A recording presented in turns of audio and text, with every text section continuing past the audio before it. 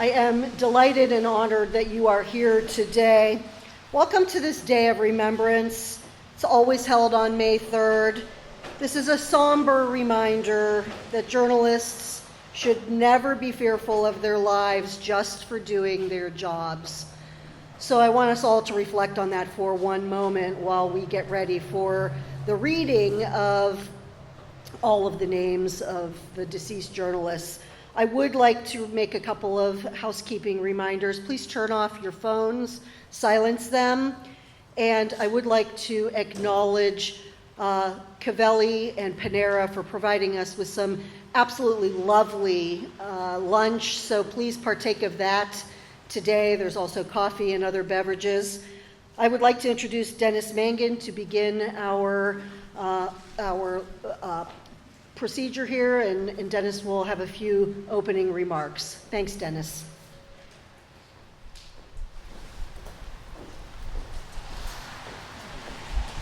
Thank you, Lori. We're marking World Press Freedom Day by paying tribute to those journalists who have made the ultimate sacrifice, dying in the line of duty, most often while covering wars or other conflicts. But this isn't just a journalistic Memorial Day. It is a day to think about the importance of press freedom, of having it, of preserving it when it is under attack, and considering whether you can have a democracy without it. Frankly, the job of protecting press freedom falls mainly to all of us, veterans of the news business in its many forms. Because let's admit it, beyond Clark Kent or Lois Lane, reporters aren't exactly beloved. Individually, we earn the respect of people we cover by working hard, being fair, and reporting accurately. But most people don't have a working relationship with a reporter, and most people will tell you the press is lazy, biased, sensationalistic, and can't be trusted any farther than you could throw a printing press. I don't know how you convince those people who think we're elitists that we're on their side, especially when sometimes we act like elitists. But it is time to start worrying about that. Every president has had his run-ins with the press. Even Jefferson, who had the idea for the First Amendment before there was a First Amendment and argued against the Sedition Act, had his differences with the press. John F. Kennedy, who pretty much invented the modern presidential press conference, once told Sander Van Oker of NBC News that he had an advantage over Nikita Khrushchev because a totalitarian ruler doesn't have the advantage of the abrasive quality of the press applied to him daily.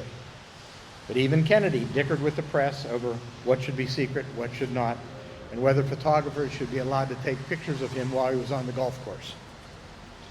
By 1969, the White House attitude toward the press was dramatically different. One of our own, William Safire, then working as a speechwriter for Richard Nixon, provided Vice President Spiro Agnew with the most alliterative pejorative ever penned. Nattering nabobs of negativity we were. Less remembered was his next alliteration in the same speech, calling the press its own 4-H club, the hopeless, hysterical hypochondriacs of history.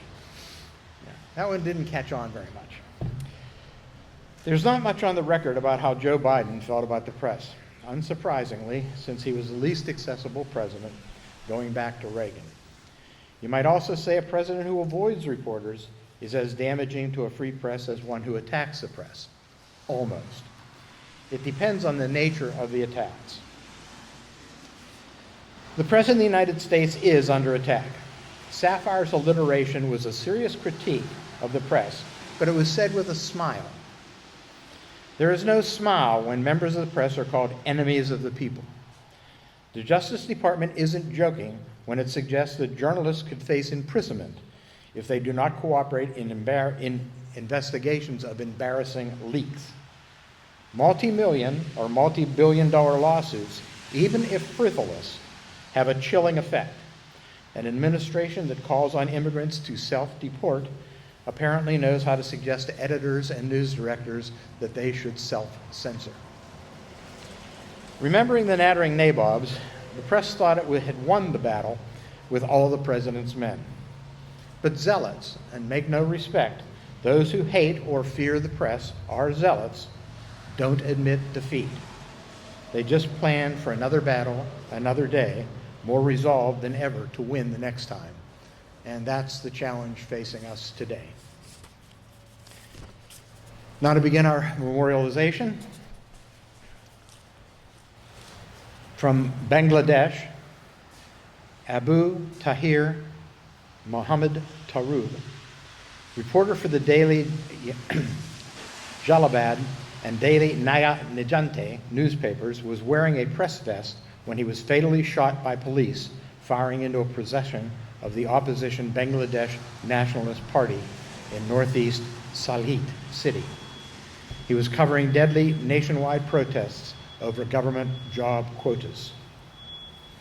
Burma, Win Tut Hue, journalist with the exile-run Democratic Voice of Burma, shot and killed by security forces during a raid on her home in Myanmar's southern Mon State, Burma.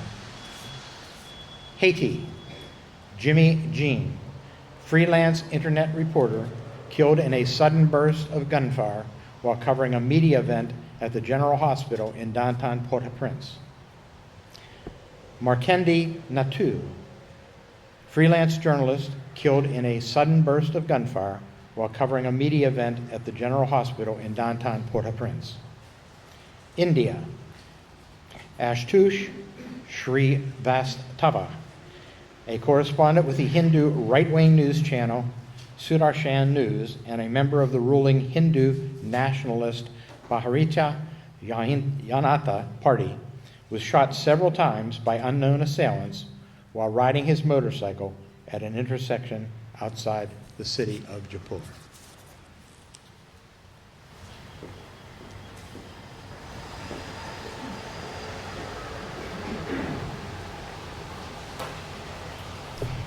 I'm reading the names of the journalists who died in Iraq and a partial list of the journalists who died in Israel and the occupied Palestinian territory. The first name is Gülistan Tara, a Kurdish journalist from Turkey with Çadır Multimedia Production Company, was killed when a Turkish drone strike hit her unmarked car near Goptapa village in Iraqi Kurdistan's Soleimaniya province.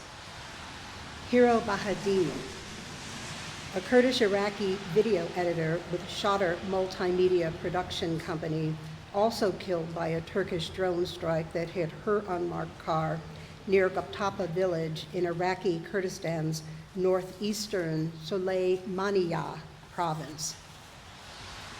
Murad Mirza, a reporter with Sira TV, killed by a Turkish strike on their news crew vehicle returning from covering the 10th anniversary of an ISIS attack in the southern village Tal al-Kasab.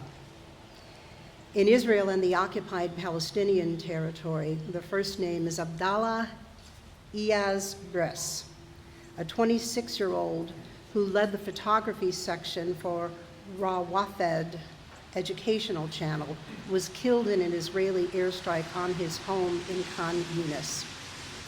Abdul Rahman Bar, a 23-year-old Palestinian journalist who worked as a photographer and camera operator for the independent Palestine Breaking News website that he also co-founded, was killed by an Israeli drone strike in Gaza City. Abdul Rahman Saima, Palestinian photojournalist for Rakami TV, an Arab language media outlet that focuses on technology news, was killed in an Israeli airstrike in the Barej refugee camp in central Gaza. Ahmed Abu Sharia, a Palestinian freelance photographer and editor who worked for several news outlets, including Iran's Tasnim news agency, was killed when Israeli tanks shelled his home in the Sabra neighborhood in southern Gaza City. And the last name, Ahmed Abu Shikel, Palestinian photographer for a Gaza-based news agency, was killed when Israeli warplanes bombed a school in an eastern Gaza City neighborhood.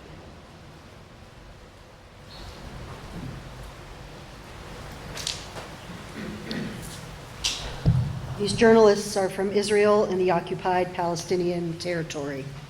Ahmed Al-Lou, Palestinian journalist who freelanced with multiple outlets, including the Qatar-funded Al Jazeera, was killed in an Israeli airstrike on the Nusrat camp in Gaza City.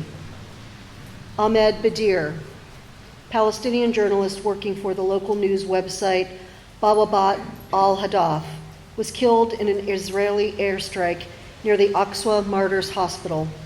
Badir was standing in front of the journalist's tent at the hospital gates and died when shrapnel hit him.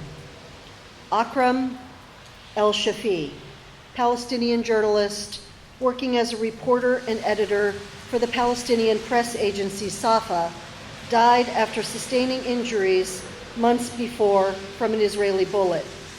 Alaa Al-Hams, Palestinian journalist for the local Palestinian news agency SND, died from injuries after being wounded in an Israeli airstrike on her family house in Rafah City, southern Gaza Strip, which resulted in the deaths of 10 members of her family.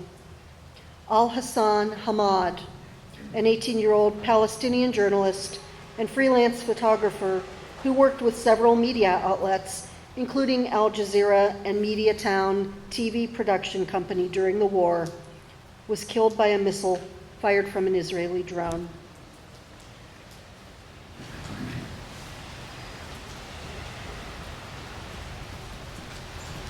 Continuing with Israel and the occupied Palestinian territory.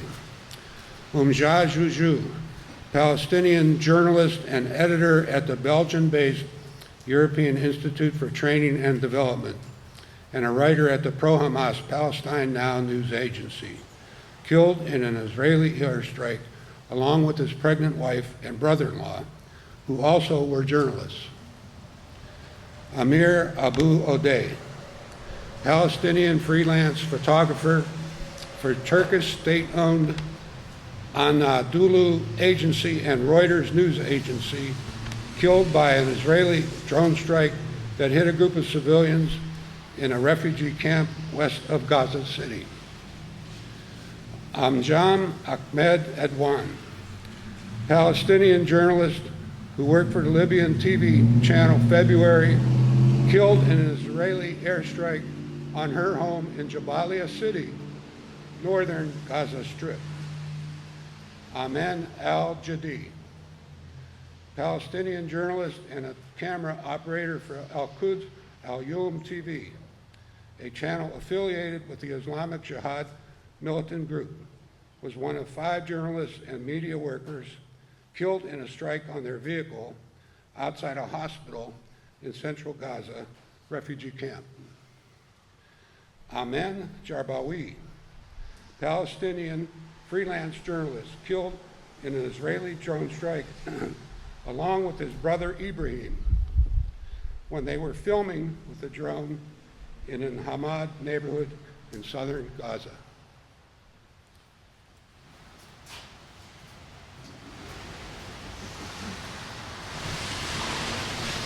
Continuing with Israel and the occupied Palestinian territory, Amen al-Rafati, Palestinian journalist, writer, and political analyst who wrote for the Hezbollah-affiliated broadcaster Al-Mayadeen and appeared regularly on Al-Mayadeen and Al Jazeera, was killed along with his brother, sister-in-law, and nephews in an Israeli airstrike on his home in Gaza City. Bahayadeen Yassin, 22-year-old volunteer Palestinian reporter for the privately owned local social media-based news outlets Watan Media Agency and Al-Quds News Network, was killed in an Israeli airstrike on Al-Jaytun neighborhood southeast of Gaza City. Bilal Rehab, 27-year-old Palestinian journalist and a camera operator for the Islamic Jihad affiliated Al-Quds and Al-Lum TV, was killed in an Israeli airstrike in central Gaza City. Fadi Hassoun, reporter, photographer, and editor for Al-Quds and Al-Lum TV, a channel affiliated with the Islamic Jihad militant group, was one of 5 journalists and media workers killed in a strike on their vehicle outside Al-Wuda Hospital in central Gaza's Nusayrat refugee camp. Faisal Abdul Al-Qamsan, Palestinian journalist and correspondent for Al-Quds and Al-Yam TV, a channel affiliated with the Islamic Jihad militant group, was one of 5 journalists and media workers killed in a strike on their vehicle outside Al-Wada Hospital in central Gaza's Nusayrat refugee camp. Hamza al-Dakdu, Palestinian journalist and cameraman for the Qatari-based broadcaster Al Jazeera, was killed in an Israeli drone strike. The strike targeted their car as they were returning from an assignment for Al Jazeera in Nasser village.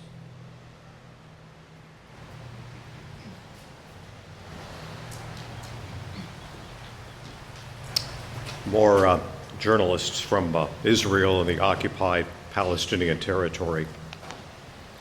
Hamza Murtaja, co-owner and camera operator for Record Media, killed in an Israeli airstrike at the Hafiz Mustafa School in Gaza City. Hanin Baroud, Palestinian journalist and freelance video editor for pro-Hamas Al-Majdah Media Network, killed alongside 8 others in an Israeli airstrike on a school sheltering displaced Palestinian families in Gaza City's Shati camp. Hiba al-Abadla, journalist and host for the local Al-Azhar radio station and co-founder of the social media Club Palestine, killed along with her daughter and several family members in an Israeli airstrike on Khan Yunis. Hussam al-Dabaka, freelance camera operator for the Islamic Jihad-owned Al-Wuda Al-Yom satellite channel, killed along with several family members in an Israeli airstrike at his family's home in the Maghazi refugee camp in central Gaza. Ibrahim al-Garbal, Palestinian freelance photojournalist, killed along with his brother in an Israeli drone strike in the Hamad neighborhood of Khan Yunis, southern Gaza. Ibrahim Muharrab, Palestinian freelance journalist for multiple outlets, including the local Al-Hada newspaper, killed when an Israeli tank fired toward a group of journalists reporting in the Hamad city area northwest of Khan Yunis in southern Gaza. Iman al-Shanti, Palestinian journalist, host, and producer for Al-Aqsa Radio and a reporter for Al Jazeera's AJ Plus platform, killed with her family in an Israeli airstrike on the Sheikh Radwan neighborhood in northern Gaza. Ismail al-Ghul, Palestinian journalist for Qatar-funded Al Jazeera Arabic TV, killed in an Israeli drone strike along with his colleague Rami al-Rafi as they were leaving al-Shati refugee camp.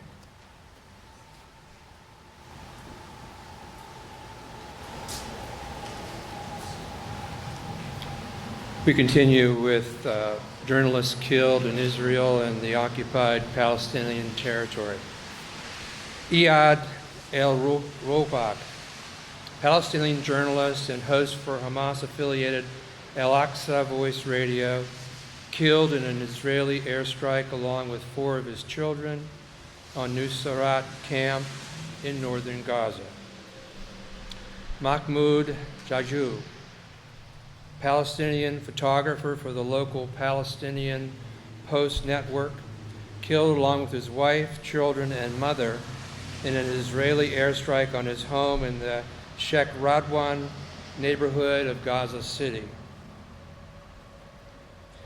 Maisera Salah, Palestinian freelance video editor, camera operator, and graphic designer for the news agency Quds News Network, killed in an Israeli drone strike near a school sheltering displaced people in Beit Lakshia. Mamdouh Fanita, Palestinian journalist and editor for the Hamas-owned Al-Aqsa TV, killed by a gunshot from an Israeli drone while inside the Al-Ali hospital in Gaza City. Mohammed El-Sayyad Abu Shkeel, broadcaster and editor at the local Al-Quds radio, killed by Israeli forces after they stormed the Al-Shefa medical complex in western Gaza City. Mohammed Al-Rifi, a Palestinian freelance photographer, died of injuries sustained when he was hit by Israeli army gunfire while attempting to obtain flour in a humanitarian aid delivery southeast of Gaza City. Mohammed Jamel Sobri al-Talatini, a Palestinian journalist who worked for the Hamas-affiliated Al-Quds Al-Yom broadcaster, killed in an Israeli airstrike on his home in South Gaza.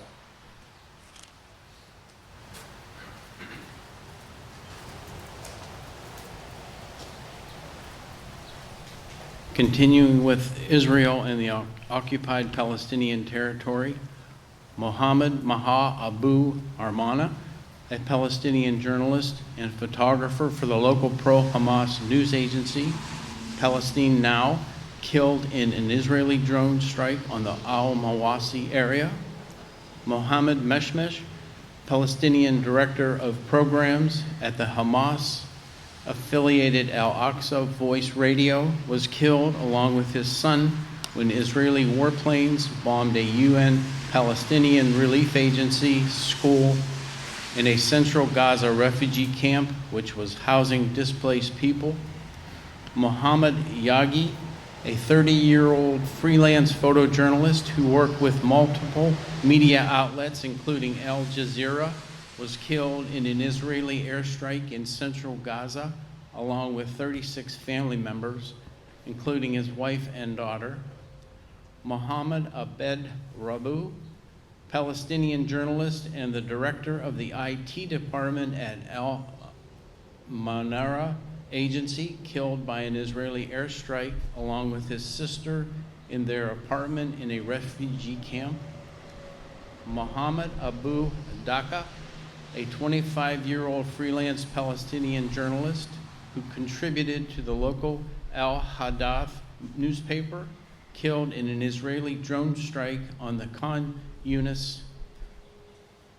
Mohammed Abu Jasser, Palestinian journalist working for the Hamas-affiliated newspaper Al Razala and the pro-Hamas newspaper Philistine, was killed along with his mother, wife, and at least 2 of his children in an Israeli airstrike in a northern Gaza refugee camp.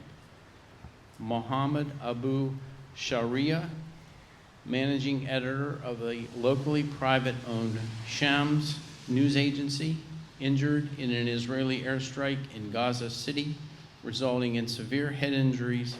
He died 2 days later.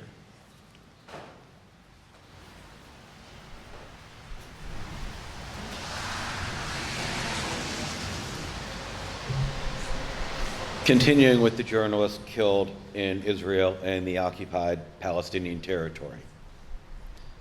Mohammed Al-Krinawi, Palestinian journalist and the editor at the local Send news agency, killed along with his wife and their 3 children in an Israeli airstrike on a refugee camp in central Gaza Strip.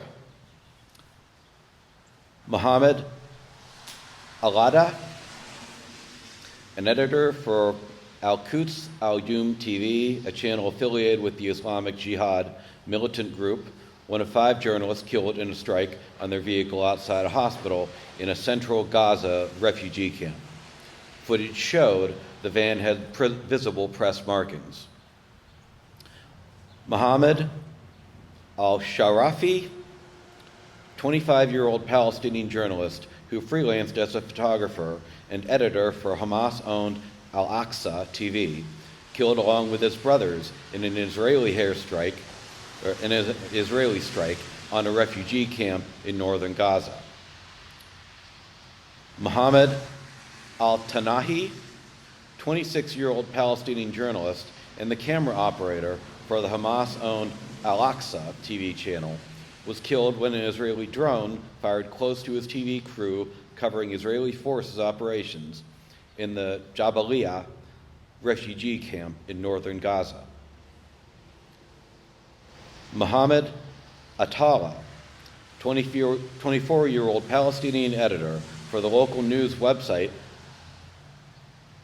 Ari Salah and a writer for the regional independent news site Rasif 22, was killed in an Israeli airstrike on a refugee camp in northern Gaza City, along with an unidentified number of family members. Mohammed Balusha, Palestinian journalist and a reporter for the Emirati-owned Al-Mashhad Media, killed in an Israeli drone strike when he was returning from a medical checkup at the Sheikh Ramwa neighborhood clinic in northern Gaza City. Mohammed Bassam al-Jamal, Palestinian photographer working for the pro-Hamas news agency Palestine Now, was killed after suffering critical injuries in an Israeli airstrike on his family home in southern Gaza.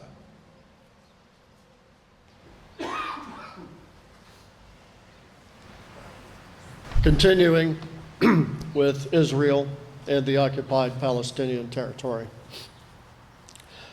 Mohammed Isa Abu Sada, Palestinian freelance photographer and videographer who worked with several outlets, including the local online outlet Sahat and Al-Sharqiya Pulse, killed with at least 2 family members in an Israeli strike on his uncle's home in southern Gaza.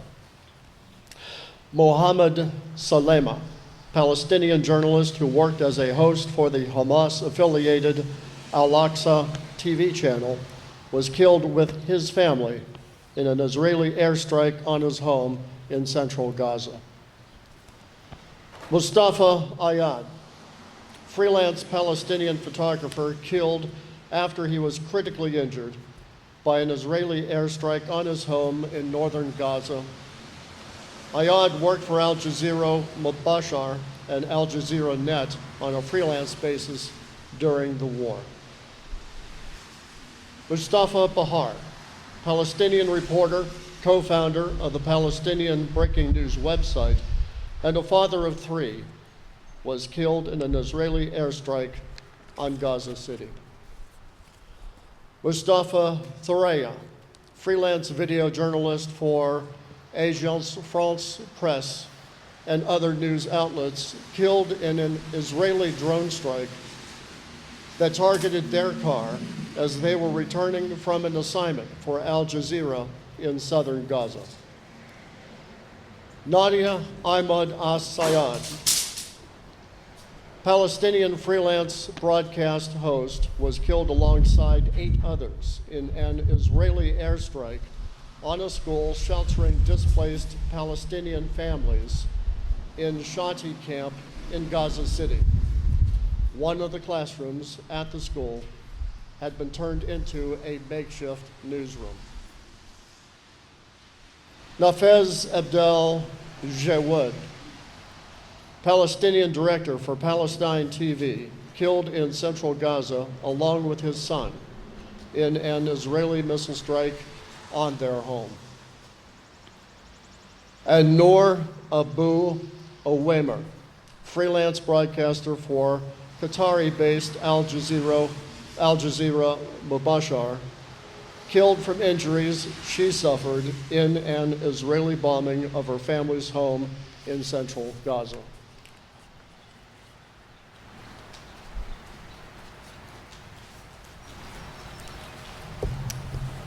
These are also journalists of Israel and the occupied Palestinian territory. Ola al-Dadu. She was an editor and presenter for Sat al-Watan radio station, killed in an Israeli airstrike on her husband's family home in Gaza City's Al-Jalaa neighborhood. Rami al-Rafi, camera operator, freelancing for the Al Jazeera Arabic TV channel during the Israel-Gaza war, killed in an Israeli airstrike that hit a during the Israeli-Gaza war, killed in an Israeli drone strike with an Al Jazeera Arabic reporter when leaving a refugee camp near Gaza City. Rashid al-Babli, freelance journalist, killed in an Israeli airstrike that hit a United Nations Relief and Works Agency-run school west of central Gaza. Rizq al-Garabli, director of the Hamas-affiliated Palestinian Information Center, killed in an Israeli airstrike on his family's home in Khan Yunis, southern Gaza. Saudi Madouk, Palestinian journalist and freelance camera operator for outlets including Al Jazeera and the Turkish state broadcaster TRT, killed in an Israeli airstrike in Gaza City neighborhood. Sahid Radwan, Palestinian journalist and manager of the digital media department of the Hamas-owned Al-Aqsa TV, killed alongside 8 others in an Israeli airstrike on a school sheltering displaced Palestinian families in Shadi camp in Gaza City. Sahur Akram Ryan, journalist for the Palestinian Authority official news agency WAFA, killed along with his son in an Israeli airstrike in the west of Gaza City. Sharif Okasha, Palestinian freelance photographer, killed by shrapnel when an Israeli warplane fired 3 missiles that hit a house adjacent to his in central Gaza.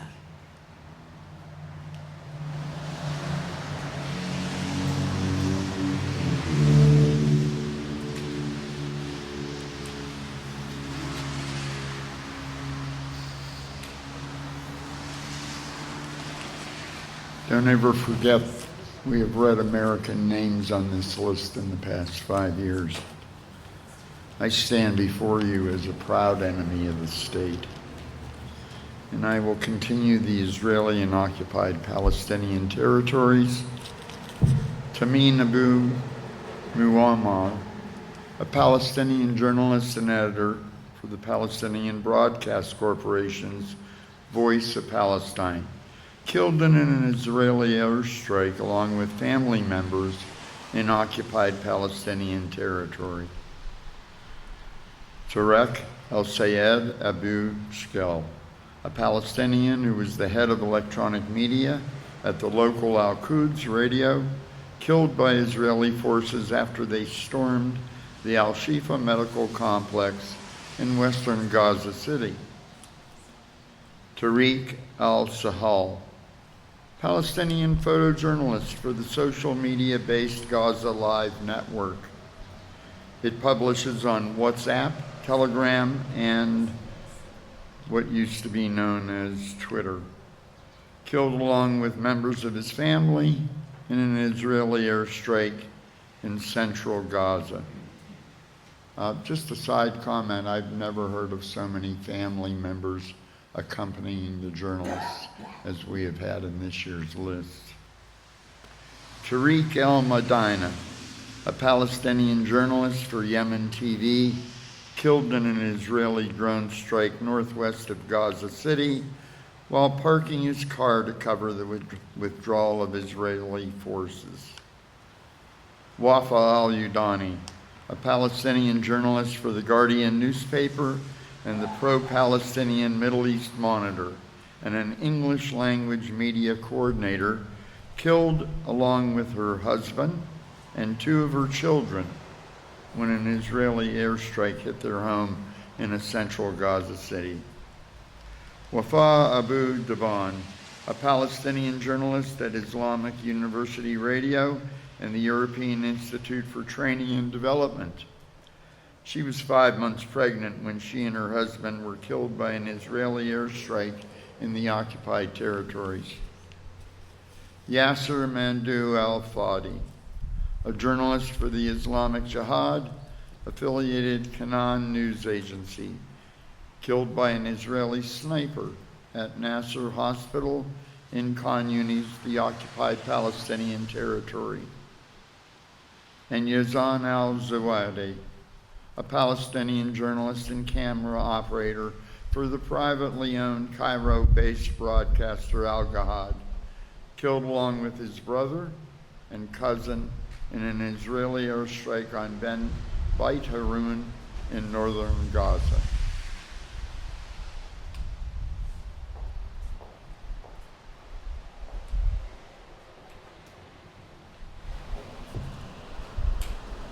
Only two more from Israel and the occupied Palestinian territory.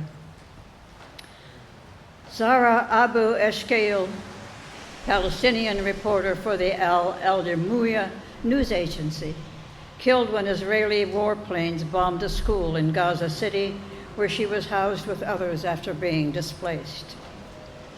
Said Abu Zaid, director of the local Quran radio channel owned by the Islamic University of Gaza, killed in an Israeli airstrike on a refugee camp in central Gaza. Lebanon. Ghassan Najjar, a camera operator for the pro-Hezbollah Al-Mujahideen TV, was killed when an Israeli airstrike hit a compound housing 18 journalists from multiple media outlets in Hasbuya, a town in southern Lebanon. Wissam Qasim, camera operator for the Hezbollah-owned Al-Manar TV, killed when an Israeli airstrike hit a compound housing 18 journalists from multiple media outlets in southern Lebanon. Mexico. Mauricio Cruz Solis, broadcast and internet reporter, killed by unidentified assailants in Uruapan, a city in the southwestern state of Michoacan, moments after interviewing Uruapan Mayor Carlos Manzo. Mozambique.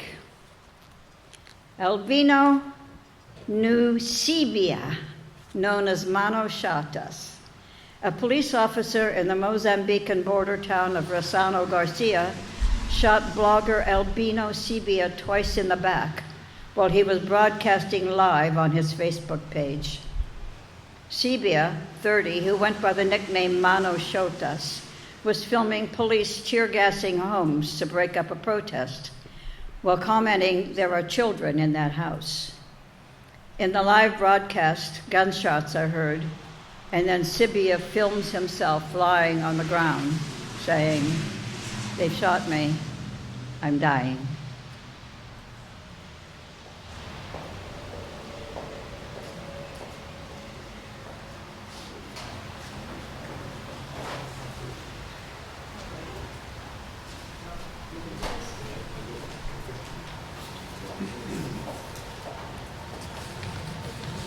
These are the journalists lost in the previous year in Myanmar, formerly known as Burma.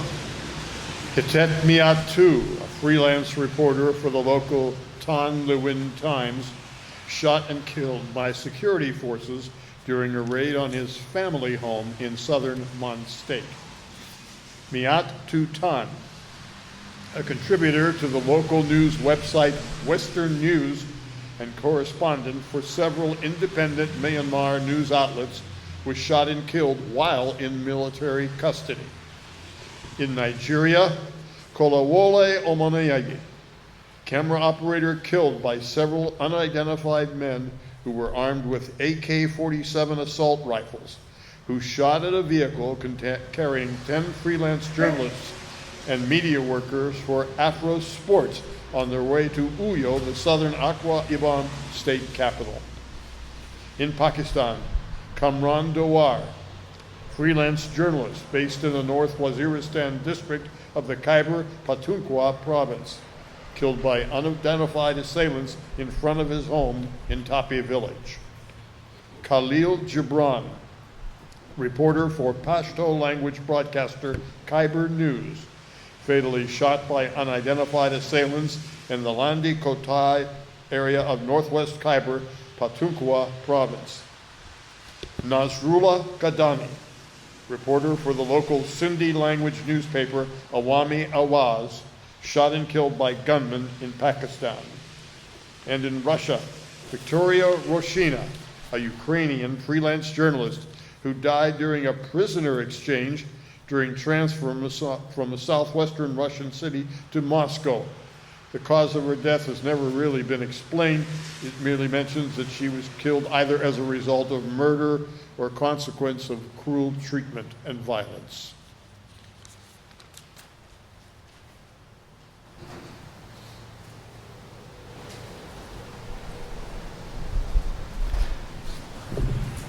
From Sudan, Hanan Adam, correspondent for local Sudanese Communist Party affiliated newspaper Al Midan, killed along with her brother by the Parliamentary Rapid Support Forces at their home in Wad al-Asha in the east-central Al Jazeera state.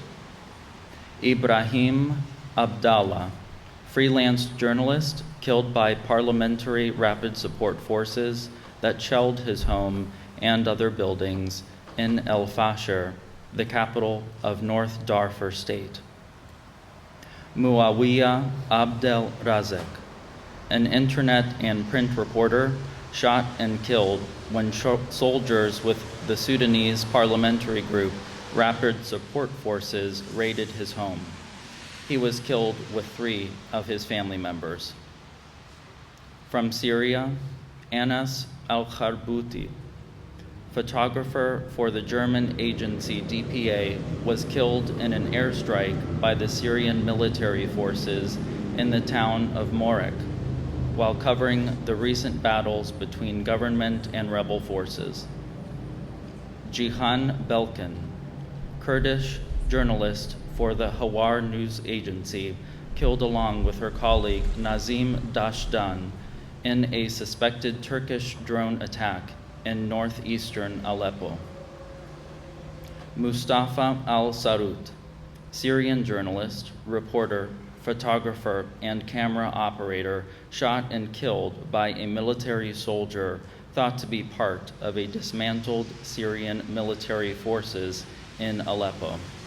He worked for Focus Aleppo magazine and TRT World, and when he was killed, he was covering recent battles between government and rebel forces in the city. Nazim Dashdan, freelance camera operator and photographer, killed along with a colleague in a suspected Turkish drone attack in northeastern Aleppo, Syria. That concludes our reading of the names, and I'd like to just make a quick comment on this rainy day as a part of renewal, reflection, and in some way spring. Because if you close your eyes and if you sort of remove the road noise, you still hear the birds chirping, you still smell the hyacinth and the dogwood. And what we say in Greek is Eonia imnimi afton, which means may their memories be eternal. So I'd like us to sort of remember that as we move forward and to enjoy our time in reflection together. And I'd like to bring back up President Lori Factor.